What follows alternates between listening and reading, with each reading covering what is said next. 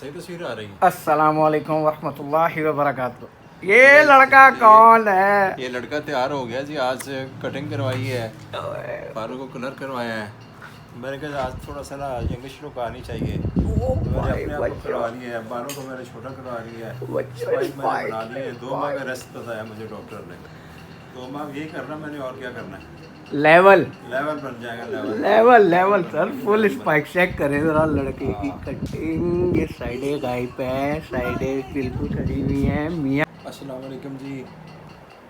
جی by پاس تو میں کروا آیا ہوں, اور آج مجھے بائی پاس کروائے ہوئے کوئی 8واں دن ہے.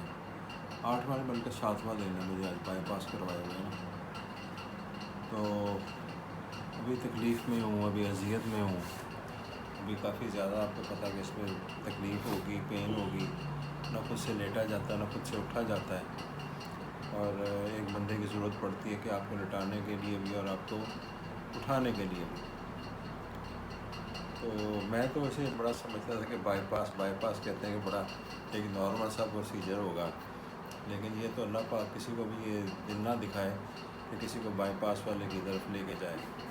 اور بہت ہی مشکل سا یہ ایک مرحلہ ہوتا ہے جب آپ کو اندر لے کے جایا جاتا ہے. اس کے بعد تو جب آپ کو انستھیزیا دے دیا جاتا ہے, اس کے بعد تو آپ کو پتہ ہی کچھ نہیں لگتا کہ آپ کو ہو کیا رہا ہے. جب آپ کی آنکھ کھلتی ہے, جب آپ کو ہوش آتا ہے, اس وقت آپ کو پتہ لگتا ہے آپ بھائی جی وہ اسٹیج سے گزر چکے ہیں. آپ کا جو انسان ہے وہ سارے کا سارا جو انسان ہے کٹور لگ چکا ہوا ہے. تو خیر نہیں ہو, بتانے کا مقصد یہ تھا کہ بیماری کوئی بھی وہ بری ہوتی ہے. ہم آ چکے ہوئے گھر اپنے, اور اب یہ ریکوری کا فیز ہے. 2 ماہ کا مجھے ڈاکٹر نے ٹائم دیا ہے کہ 2 ماہ تک آپ نے ابھی کوئی نہ گاڑی چلانی ہے, نہ کوئی آپ نے کوئی ہارڈ کام کرنا ہے, نہ کوئی اپنے وزن اٹھانا ہے. اس طریقے سے کر کے نا کوئی بھی چیز جو سی ہے نا آپ نے نہیں کرنی ہے. ابھی گلے کے اندر ایک وہ کوئی پائپ سا گیا ہوتا ہے وینٹیلیشن کے لیے, وہ بھی جو سا نکالا جب انہوں نے, تو اس سے ریشہ جو سا نکلتا ہے. اور ریشہ نکالنے کے لیے بھی کہتے ہیں کہ سینے کے اوپر تکیہ رکھ کے اس کو پریس کر کے آپ نے اس کو اپنے جو اندر سے ریشہ اس کو باہر نکالنا. تو اب اس کی بس اپنی احتیاط ہے آپ کی. یہ سیڑھیاں بھی چڑھنے سے منع تو نہیں کیا ڈاکٹر نے, لیکن آپ چڑھ سکتے ہیں سیڑھیاں, لیکن نہ چڑھیں تو بہتر ہے. آل دا ڈے آپ نے تھوڑی سی واک کرنی ہے. واک کرنے کے بعد آپ نے آ کے پھر تھوڑی دیر بیٹھ جانا. اس کے بعد یہ میرے پاس ایک پڑا ہوا یہ ہے, یہ دکھائیں دیجیے.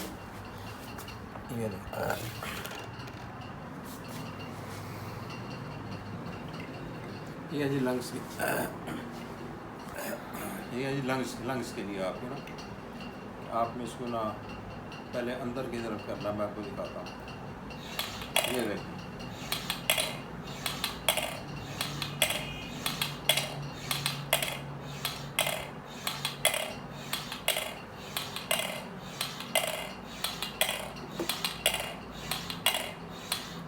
یہ 10 دفعہ ہم نے کرنا ہے. 10 دفعہ اس طریقے سے کرنا ہے. اس کے بعد اس کو ہم نے الٹا دینا اس طریقے سے نا. اب باری آتی ہے اس کو پھونک مارنے کی. اس کو پھونک مارنی ہے کہ اس کو یہ جن سے آپ کو نظر آ رہا ہے باؤل, اس کو اوپر لے کے آنا ہے. کہتے ہیں کہ جو 2 باؤل ہی اوپر آئیں گے, تیسرے والا باؤل اوپر نہیں آئے گا. یہ والا جن سا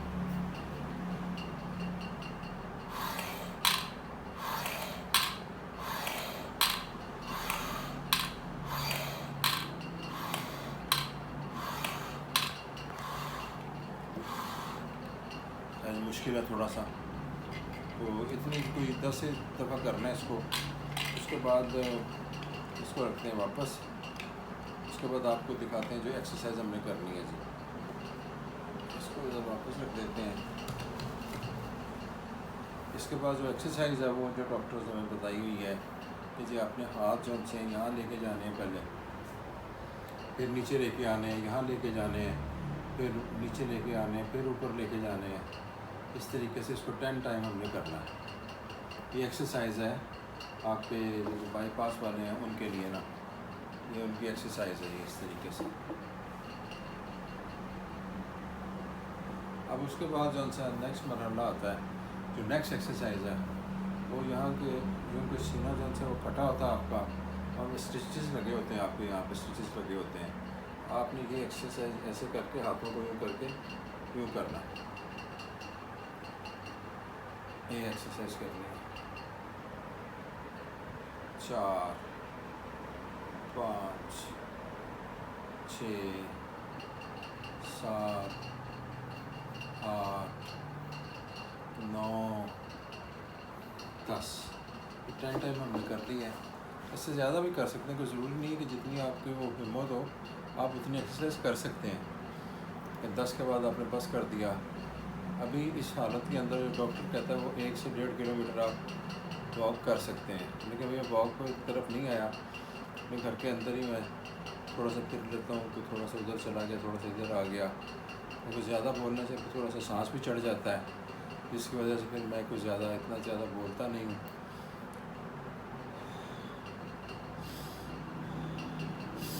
تھوڑا سا اس طرح سے سانس کو یہاں سے کھینچنا آپ نے ناک کے تھرو, اور منہ کے تھرو آپ نے باہر لے کے آنا. احتیاط بہت ضروری ہے. بوجھ آپ نے کوئی نہیں اٹھانا ہے, اور اپنے آپ کی ڈائٹ جو سی آپ نے وہ اچھی رکھنی ہے. پروٹینس والی چیزیں آپ نے زیادہ لینی ہیں, جس میں کہ قیمہ ہو جائے گا, جس میں کہ گوشت ہو جائے گا.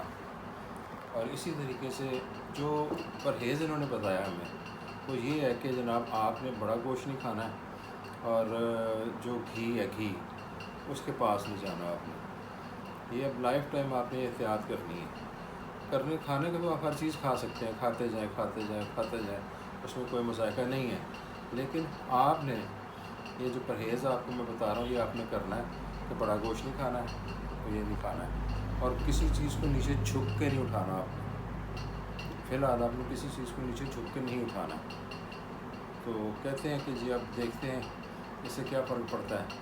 تو یہ میرا ایک چھوٹی سی بریفنگ تھی آج کے لیے آپ لوگوں کے لیے. مجھے اجازت دیجیے.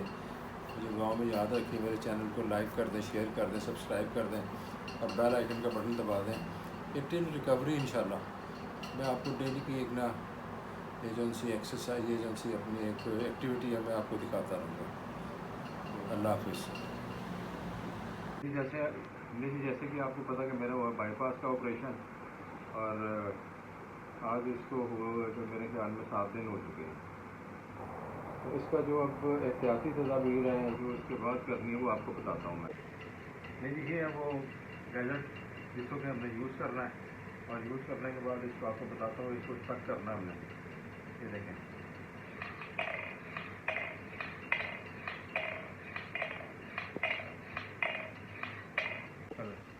نہیں جی, اب باری آتی ہے اس کو باہر کو انہیل کرنے کی.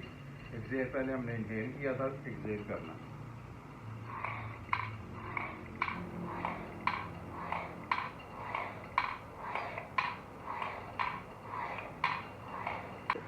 جی اب جو ہم نے آپ کو بتانے لگا وہ ایکسرسائز ہے جو کہ ہاتھ والوں جن کا بائی پاس ہوا ہوتا ہے وہ انہوں نے کرنی ہے.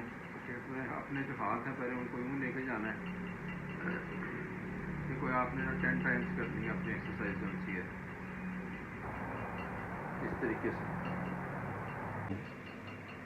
جب جو دوسری ایکسرسائز ہے وہ آپ نے کرنی ہے یوں کر کے اپنے ہاتھوں کو اوپر لے کے جانا ہے, اور یوں نیچے لے کے آنا ہے. یوں کرنا ہے, یوں کرنا ہے, یوں کرنا ہے, یوں کرنا ہے. تو یہ میرے چھوٹے سے ایک اسٹیپ سے آپ لوگوں کے لیے, کیونکہ میں نے آپ کو بتایا کہ جو ان کا ہارٹ کا آپریشن ہوا ہو انہوں نے یہ اسٹیپ کرنے ہیں تاکہ ان کا جو زخم ہے وہ جلدی ہیل اپ ہو جائے. تو مجھے اجازت دیجیے. اللہ حافظ.